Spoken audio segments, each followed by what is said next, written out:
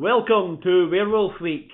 Dog soldiers, a ditch as a werewolf now day. Is that the tagline? Yeah. I thought it was your opinion. Yeah, it is too. Alright, okay.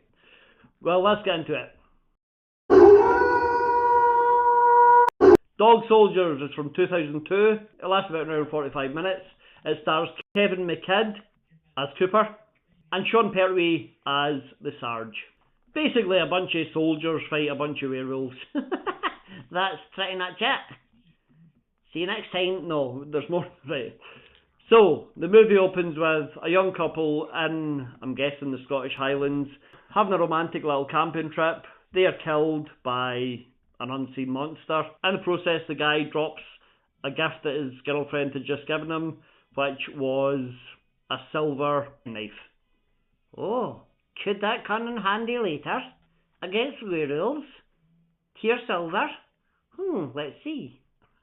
Then we cut 2 hours earlier in the north of Wales. No relevance at all that it's 2 hours earlier. It could have been 6 years earlier. It would make no difference to the rest of the movie. Yeah, that's true. It's a bit strange.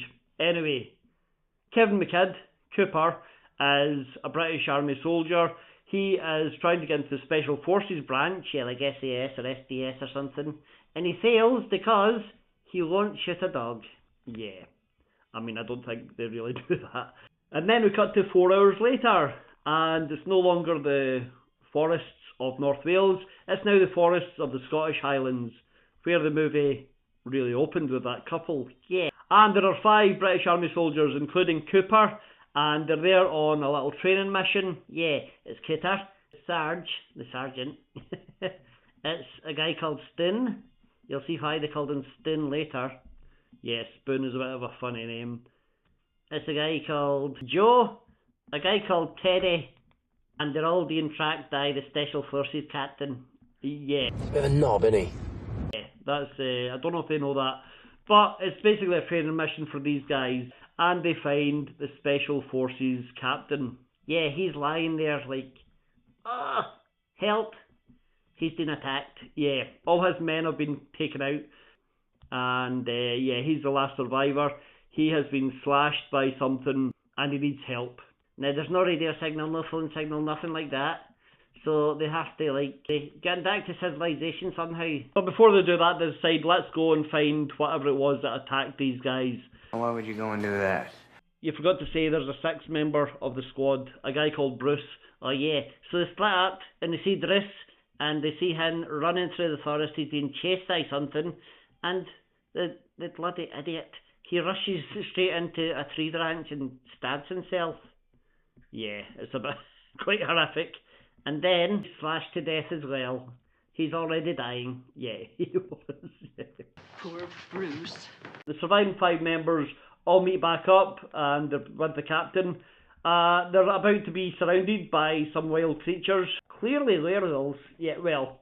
And then a Land Rover comes flying along through the forest, and a local woman with an English accent in the Scottish Highlands.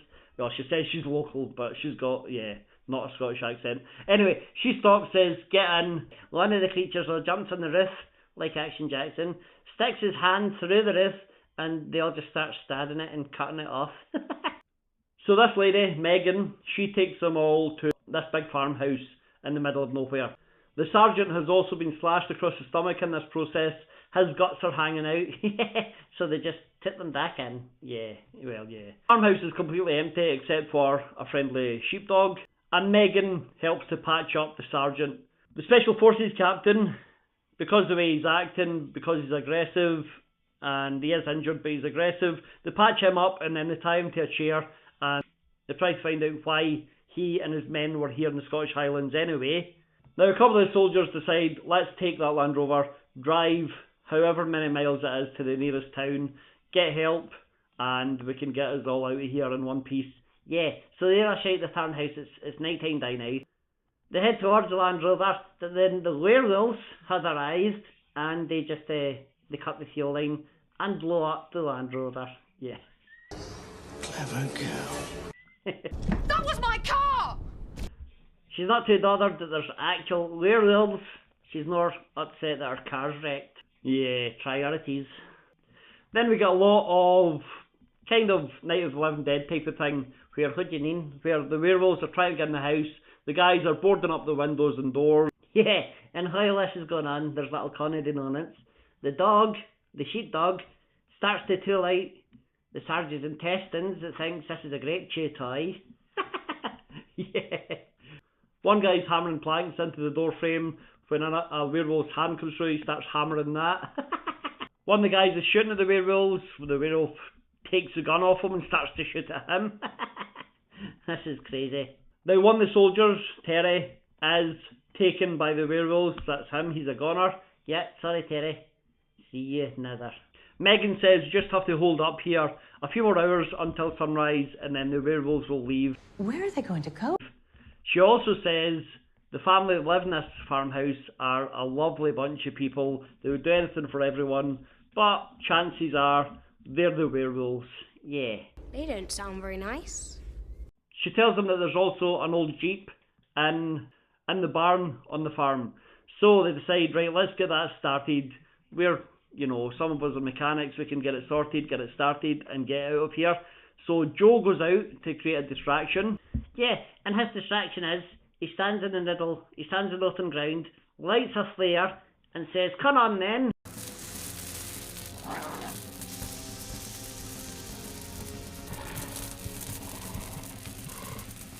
Well, come on, you beauties! Offers the werewolves a square go. Big fight. Yeah, he does. So they start to chase him. He manages to make it back to the house, but this was a distraction for Spoon to get to the garage because he's really the one who can sort the Jeep and get it started. And he does get it started.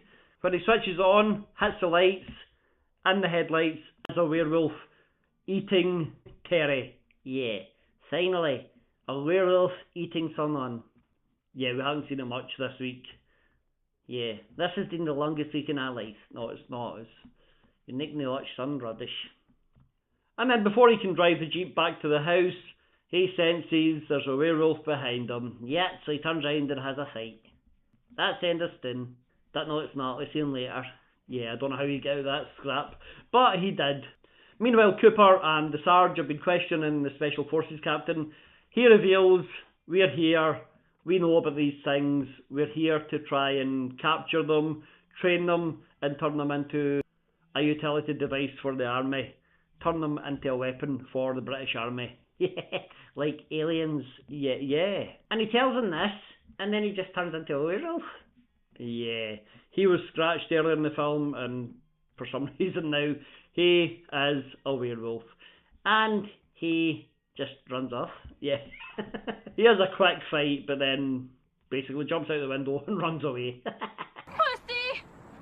So now in the house we've got Megan, Cooper, Sarge, and Spoon. I still don't know how he made it back, but he did. They decide, Megan says, right, it's only a couple of hours till the sun comes up. The werewolves will be hiding out somewhere warm, somewhere safe, somewhere sheltered, somewhere they can all huddle together. Yes, they decide, right, they must be in the darn. And they're right. The werewolves are in the darn. Yeah, they're in the barn. Now Spoon managed to get the Jeep closer to the house, but they didn't use it. But now they go outside. Cooper and Spoon go to the Jeep. They cut the fuel line. They get it going.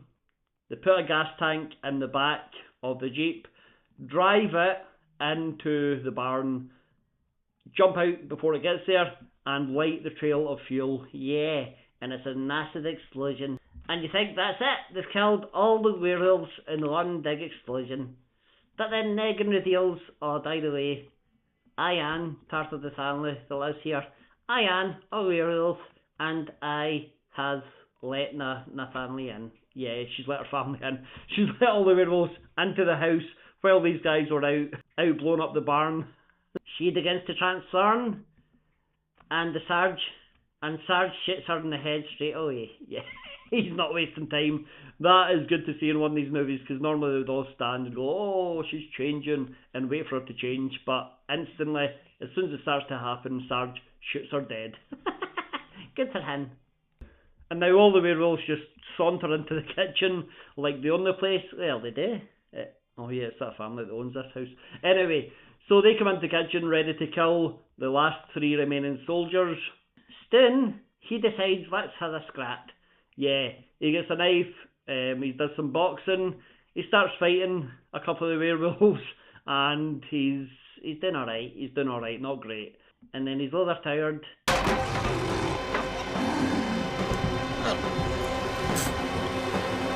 I hope I give you the shits, you wimp. Cooper and Sarge manage to escape. They make it to the bathroom. Cooper says to Sarge, where's Spoon? Is he okay? And Sarge says, there is no Spoon. That is the whole reason they called that character Stin. How ridiculous. Yeah. The Sarge says, I'm already injured, wounded, pretty badly. I'm probably not going to make it another day, so I'll stay here. I'll blow the place up. You get the hell out of here. Yeah, so Cooper's like, okay. So he leaves. Yeah, he goes underneath the house into like a crawl space or into a basement or something. The Sarge sits by a cooker, turns on all the gas, and then when the werewolves come in, they get closer to him, he lights his lighter and blows everything up. Yeah, the guy under the house, under the heart of the explosion, he's fine. Yeah, he's fine. Cooper is fine, and he realises he's not alone. No. There's one more werewolf. The final wolf is the Special Forces captain. They have a little scrat, and the wolf takes a sword or a dagger and scrapes it along Cooper's teeth. That's the worst thing I've ever seen in the day. It's pretty horrific. Teeth trauma, not good. He's about to be killed. The sheepdog appears and saves him. Yeah, this gives Cooper a chance to grab the first thing he finds under the house, which happens to be the silver penknife from the very start of the movie. Why is it there? I don't know. I don't know why it's under the house. I don't know why it's anywhere near the house. But it is. It's there, and it's lucky for Cooper because he picks it up, stabs the wolf, and then shoots it in the head. Yeah. And then he walks outside the house with the dog, and that's the end of the movie. Yeah, sunlight, and he's just there in the middle of absolute carnage as the credits roll. Have you got any trivia? Yes. So, the werewolves were all professional dancers. The director hired them because he thought they would move better. Alright, okay. I can see that. Some of the dead bodies in this movie had been reused from Event Horizon, also featuring Sean Pertwee. Oh yeah. Is that a good movie? I don't think it is. So what did you think of Dog Soldiers? What did you think? I thought it was okay. I don't think it's great. I think I saw this when it first came out. Didn't really like it, but watching it again, I thought it's okay. You know, it's not bad. Some good humour.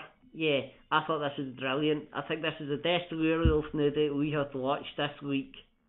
Right, okay, well that's big words, yeah. And a big nan. Right. But I'm glad you enjoyed it.